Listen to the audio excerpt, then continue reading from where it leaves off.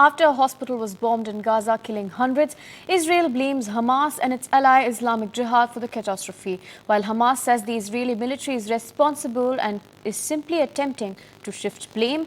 Amid the blame game, protests erupt across the world. Several protesters gather to call for a ceasefire, while pro-Palestine and pro-Israel protesters rally in various places.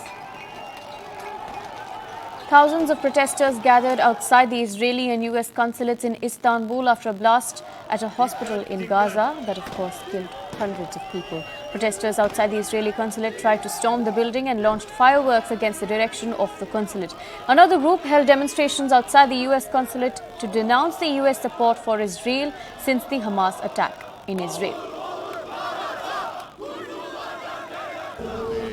Protesters holding Greek and Israeli flags on Wednesday rallied in a pro-Israeli gathering outside the Israeli embassy in Athens. Protesters held placards with photos of Israelis who had been abducted by Hamas militants and taken to Gaza.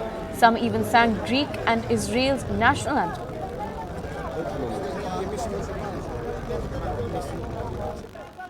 Greek riot police fired tear gas after participants in a 1,000-strong pro-Palestinian march tried to advance on the Israeli embassy in Athens. An estimated 10,000 people took part in Wednesday evening's demonstration, many waving Palestinian flags. The march was organized by left-wing groups and Palestinians in Greece. The Greek government has voiced strong support for Israel in its war with Hamas.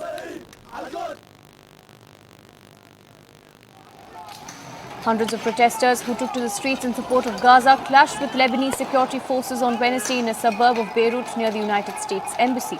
Riot police lobbed dozens of tear gas canisters and fired water cannons to disperse the protesters in the intense standoff.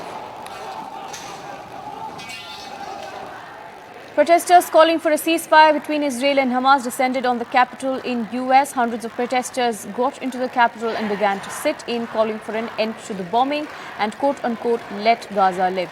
Many were handcuffed and escorted out of the building.